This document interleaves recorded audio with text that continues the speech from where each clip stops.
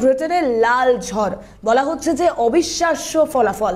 British প্রধানমন্ত্রী ঋষি সুনাকের পরাজয়, বিরোধী লেবার পার্টি জিতেছে। কিয়ার স্টারমারের লেবার পার্টির ব্যাপক জয়, আর 14 বছর পর যুক্তরাজ্যের নির্বাচনের এই পালাবদল।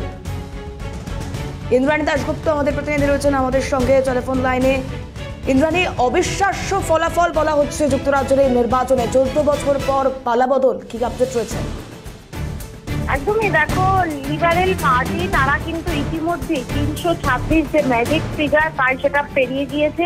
324টা যে তাদের ম্যাজিক 324টা সিট তারা ইতিমধ্যেই জয় করেছে এবং 326 পেরোনো তাদের পক্ষে এখন শুধু সময়ের অপেক্ষা।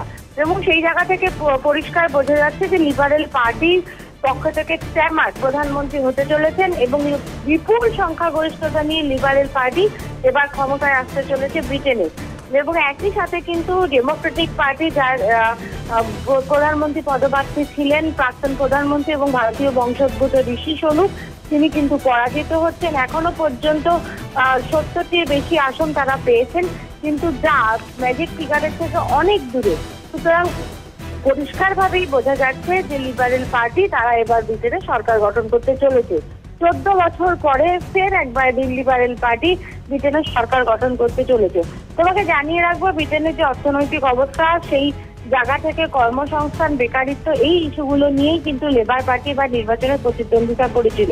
এবং আমরা দেখতে পাচ্ছি ব্রিটেনবাসী কিন্তু গেলে তাদেরকেই আশীর্বাদ করেছে। বেশ ইন্দ্রাণী, আপাতত ধন্যবাদ জানাবো। ইন্দ্রাণী দাশগুপ্ত আমাদের প্রতিনিধি ছিলেন আমাদের সঙ্গে টেলিফোন লাইনে।